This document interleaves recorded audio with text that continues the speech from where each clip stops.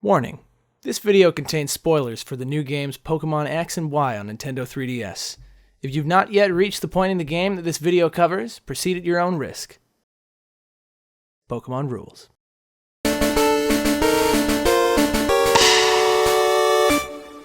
Hi guys, welcome to the Dex vlogs. The Dex and Y vlogs. Dex and Y vlogs. X and Y vlogs. Special guest, Wallace the Lily Pup. Wallace the Lily Pup, you are catching us during our post 50K stream living room setup. So we replaced the cat with the dog. I didn't want to move my computer, so we're just in the living room now, and Wallace is here. Is gonna go fall asleep on the. I think he might have the hiccups. He's the best dog. Yeah, he's great. So last time we so let's just jump in. Yeah, jump down. So jump on down. Jump on down. Down the rabbit hole into the world of Pokemon. We ended at after you get the gym badge from Silage Town. Yep. So good, you have the badge. Time to move on to the next route, which is Menhir Trail. Menhir Trail, where there is some cool old guys. You got a Houndour, you got Electrike, which are, I believe, version exclusives of each other. Yes, they are. Yeah, which one's which? Houndour is in X. Houndour is in X. Electrike is in Y. But their Mega Stones are in the opposite games. Ooh, you know what? I don't know. I think those are the ones you get from the Super Training, right? Mm-hmm. I don't know. I actually think I have Manectite. Oh, okay. Maybe I have both of them. I don't know. I don't want to spoil it too much. But they both have Megas. Yeah. Well, we know. Thanks for laying it out for them there. This route, notable Pokemon besides Houndour and Electrike are Hawlucha, a new fighting and flying Hawlucha Pokemon. is so cool. He's cool. Hawlucha, he definitely is. Hawlucha is getting a lot of bad... Guff. I don't think... There's a section of people who don't like him because they're like, he looks like a shitty bird. You know what I mean? And you're like, no, like it's not that he's a bird. He's like half luchador, half like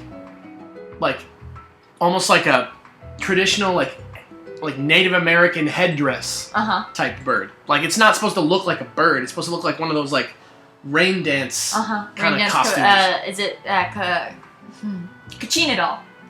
The Kachina dolls. Yeah, like kind of like a Kachina doll, but also kind of like what you actually wear like a totem when you're doing a rain dance. Right. You know those like kind of like boxy helmets. Yes. Yeah, and he kind of has those proportions. Yeah. And it's cool. So yeah, he's mini Dex episode. And he has a move called Flying Press, which is the only dual type move in Pokemon. Yeah, it's like a flying move that's also a fighting move. Yeah. Or is it a fighting move that's also a flying move? I think it's a flying move. Both. I think it's a flying move that's also a fighting move. No, one of them is the main type. Okay. I can't remember which. And I haven't used one, so. He's really cool. He's like, I think he's like making a bid for OU. Yeah? I think. Awesome. I'm not sure. Cool. And then Eevee, who obviously has a million possibilities, this time adding the possibility of Sylveon. Yeah, Sylveon, the fairy type evolution. Which you gotta do via the Pokemon Ami. It's gotta gotta level up while knowing a fairy type move. It has to level up while knowing a fairy type move and having 2 or more hearts in Pokemon Ami, which is my nightmare. It's not that hard. Come on. So this is Route 10, and it has some weird weird stones. It looks almost like it's like Stonehenge-y. Yeah, it's like it definitely feels Stonehenge. Yeah, like I'm sure there's some French like stone formation that I'm too ignorant to know the name of. And everybody's like, ooh, I feel a power. I feel some sort of power coming from these stones. It's a really cool vibe because it's like very touristy. Yeah. There's like trainers everywhere, and there's also a lot of Team Flare guys, which is weird because there's some sort of weirdness. Like, we're gonna use this power, and then they're like, another one mentions the 3,000 years ago something happened, but we still don't know exactly what it is. There's like a super like weird vibe. Yes. From them the whole time, and they mention the big thing that happened 3,000 years ago. Yeah. But you get through that route and you end up in Geosenge Town. A town that I love the music of. I really dig the music of that town. It's got real good music. I dig that town, period. I think it's like a really, it feels very Gen 2. Yeah. Geosenge Town to me. Huh. I don't know. Interesting. But in Geosenge Town there's a Team Flare member, and he's literally like, these are the point. The stones are what we're doing.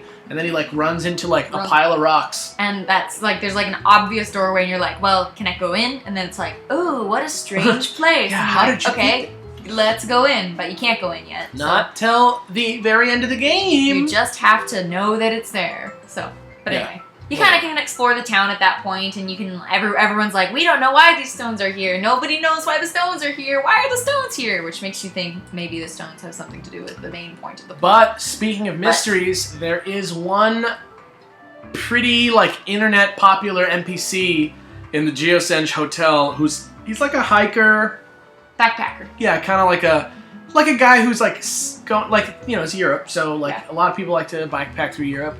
And so he's kind of like that kind of guy, and he says not only is he not from Kalos, but he's not from any region that there's been a game in.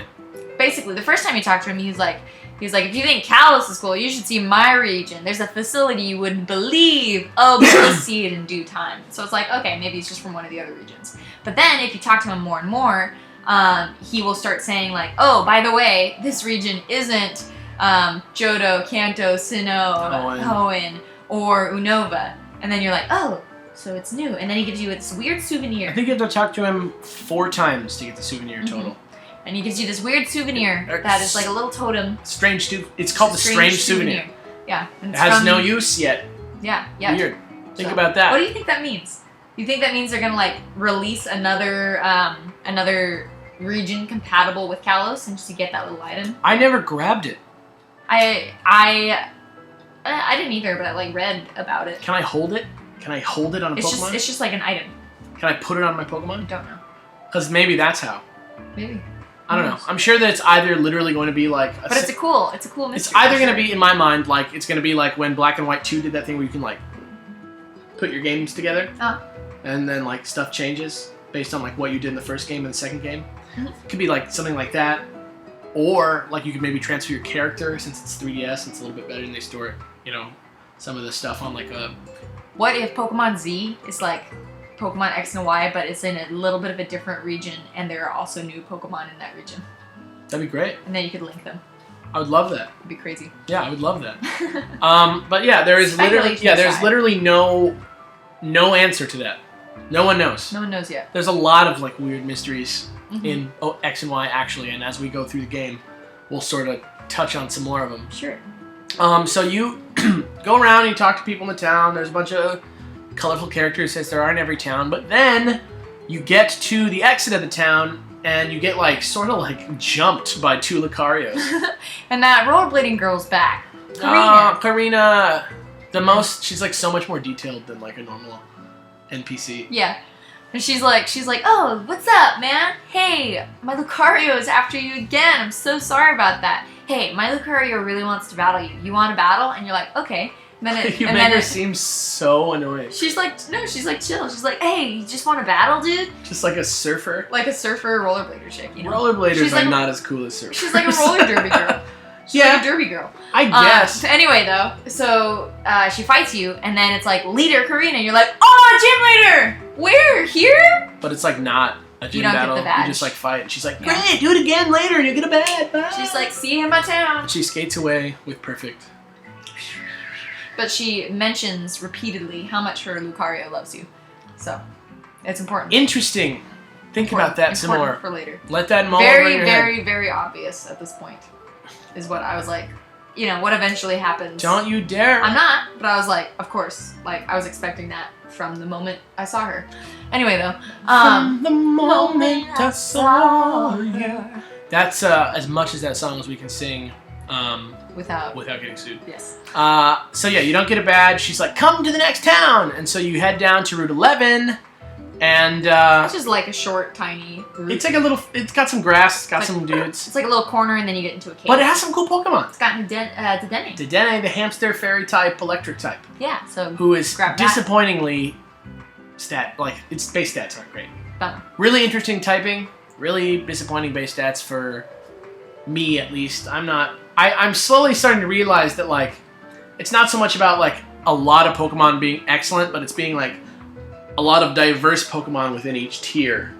And so Dedenne is really neat, but you're not going to see it in OU. You're going to see it probably RU, UU. Probably not even UU.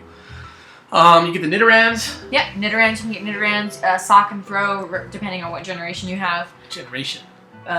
version. Yeah, and then Starly. Starly, yeah. That Starly's cute little there, bird too. from Gen 4? Yes. Who evolves into Staraptor, who is so tight. Pretty cool. Pretty cool Pokemon. Staraptor is so tight.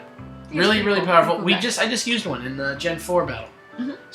Obviously Gen 4. So, yeah, if you want to see how that thing works out, it's cool. It's a really powerful Pokemon. So we move on. We go into the cave, which is Reflection Cave. Kind of a neat cave. I mean, there's mirrors in it. Oh, which- speaking of the mirrors in the cave, Huh. I just remembered something that I thought was cool that they, it was like a little detail. And there's one trainer in the cave who's, staring at the wall because he's like, wow, it's my the reflection. mirror wall. But you walk behind him, and he sees you in the reflection That's and cool. turns around and battles you. That's very nice. Really cool. Really nice. Good, good detail. Good yeah. attention to detail. So, It's a pretty easy cave to navigate. There's a couple Pokemon in there. Carbink is in there, which is a cool new fairy rock type.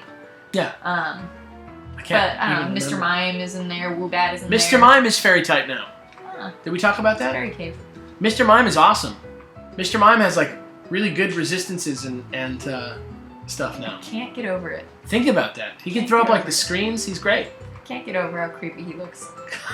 I forget what his ability is, but it's also cool. You guys should look that up, or maybe we should do our job and tell you about it at some point. But yeah, it's really cool, and it's a very pretty cave, Yeah, and it's a it is pretty cave. notably not dark, which Right. is very Nice. very of them. important. Though you still get Flash. Yeah, but Flash actually does a completely different thing in this game as it has in all games before. Instead of lighting up a dark area, Flash now decreases the likelihood of encountering random Pokemon. Yeah, it's sort of like a torch. Sort of like walking through the cave with a torch. So yeah. So yeah, that okay. I thought you meant Flash and then all the Zubat are like, whoa, they can't find you. No, Yeah. in every fantasy game ever made, if you have a fire, you're safe. Ooh, sorry, my legs are cramping. Oh. Here we go. I feel like it's a similar zone. Mm-hmm. But yeah, it's a neat cave. There's some cool stuff in there, and then you leave the cave. Is anything really important happen in the cave? Not really. Just here and I'm giving you Flash. But really, it's just Check out how much better caves. caves are, guys.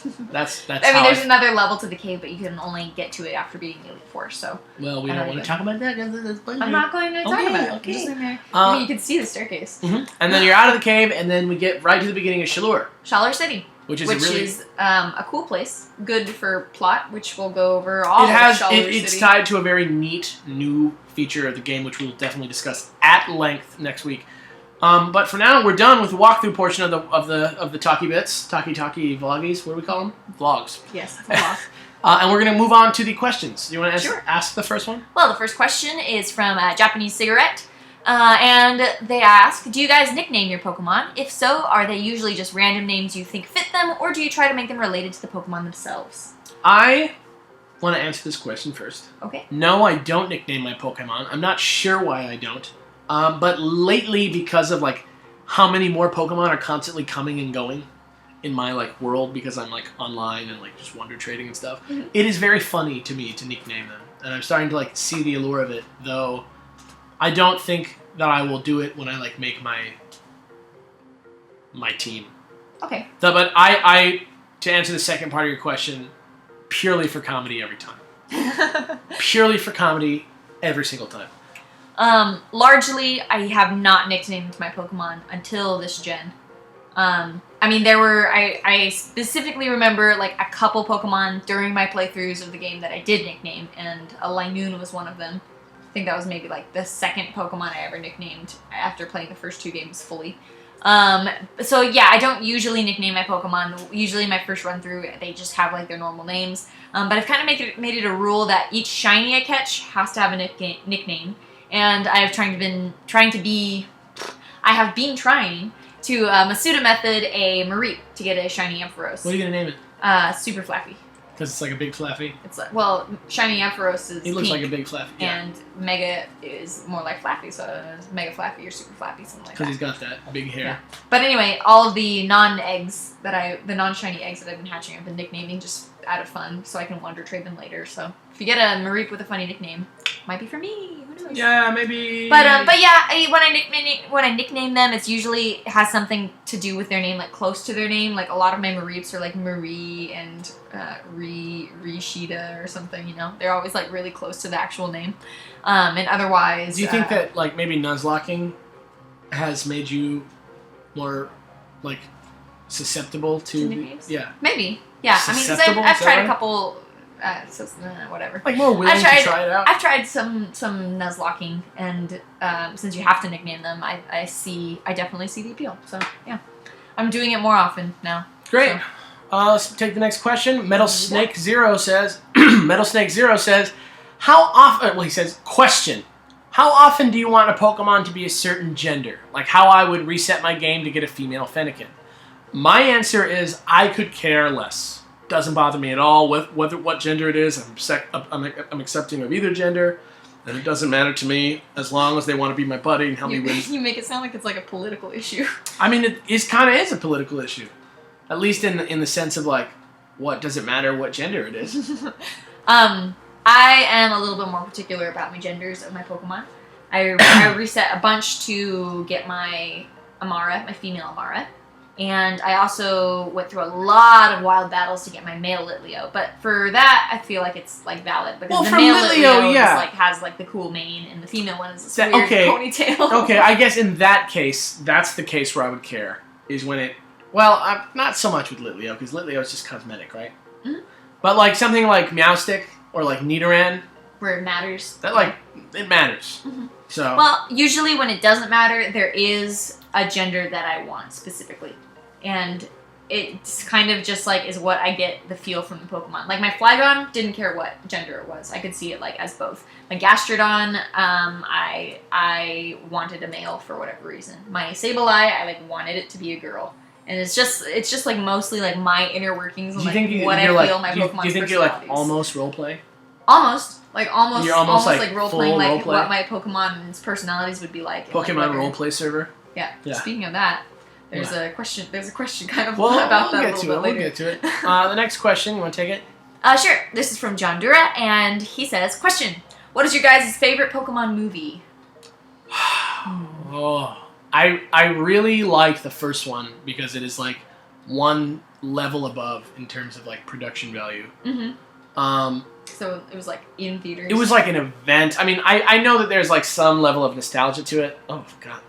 I know there's some level of nostalgia to it, but I'm fairly certain that it is a slightly better quality, like drawn and like produced movie than the rest of them. It's pretty cool. It's a good. But I also really like the one with Pokemon Heroes. Is it the one Latios and Latias? I love that one. That was the one I was gonna say. I like that one. I really like that because I love Latios and I love Latios. Oh yeah, It's just like a weird movie, but like also good. I like it just because Latios and Latias are in it, and I like them wonderful. A lot. They're like the best part of Gen 3 for me. Mm-hmm. They're great. Yeah. Gotta love them. Anyway, okay, last question. Right? Yeah, the last question is from KNate44 or Nate44 or Knate44. Sorry. And the question is, hi, I really like this series because it gives me an excuse to play Gen 6 vicariously until I can save for a 3DS. I give you major thanks for that. Well, you're very welcome. That's exactly what this is for. I have a question specifically for Kells, but if Alex has anything to add, please do. Kells mentioned D&D in the Little Cup episode, and I was wondering, what are your thoughts on a Pokemon pen and paper RPG? Do you think that 1, it could be viable to make one, and 2, that Nintendo would make one with enough support? And would it be any good? You know, I was thinking about this earlier today. I was literally like actually it was yesterday because I was working. I was like at work and I was thinking about a Pokemon RPG with dice and all that, and like how I put myself as like the dungeon master. D&D, Dungeons and Dragons, a role-playing game, tabletop RPG, and I was like putting myself in the mind of like the dungeon master and like how I would like set up routes and like have like random rules for like what Pokemon you find and things like that. I think it could be awesome. Well, now let me ask you this question. Are you applying the rules of Dungeons & Dragons to Pokemon in your imagination? Not quite. I mean, there's still a dice system, but it would work probably a lot differently than like a Dungeons & Dragons. Yeah, I remember like a year ago or so, I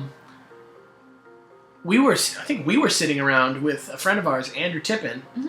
who was trying to like come up with like a board game for Pokemon, like a tabletop game that was Pokemon, and we got pretty far in like plotting out how the battle system would work and how evolution would work. I don't remember the specifics of it, but like, do I think it could be viable to make one? Absolutely. I think it definitely could be viable. Yeah. And could be super, super fun. Yeah.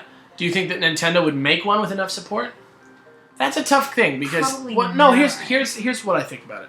Nintendo and the Pokemon Company are like largely two different entities in a lot of ways. Mm-hmm. Like, at least from my point of view, where I'm sitting on the other side of things almost now, is like almost like a very small media presence in the Pokemon world. I'm finding that Nintendo and Pokemon often do things separately. Mm-hmm. Like, for example, that whole Nintendo fiasco that was going on a couple months ago about them claiming a lot of new stuff that people had out there forever and trying to make money off of it. Uh-huh. That did not affect us at all because we are exclusively Pokemon, and that's like covered by a whole different set of people. So, you know, do I think Nintendo would make one?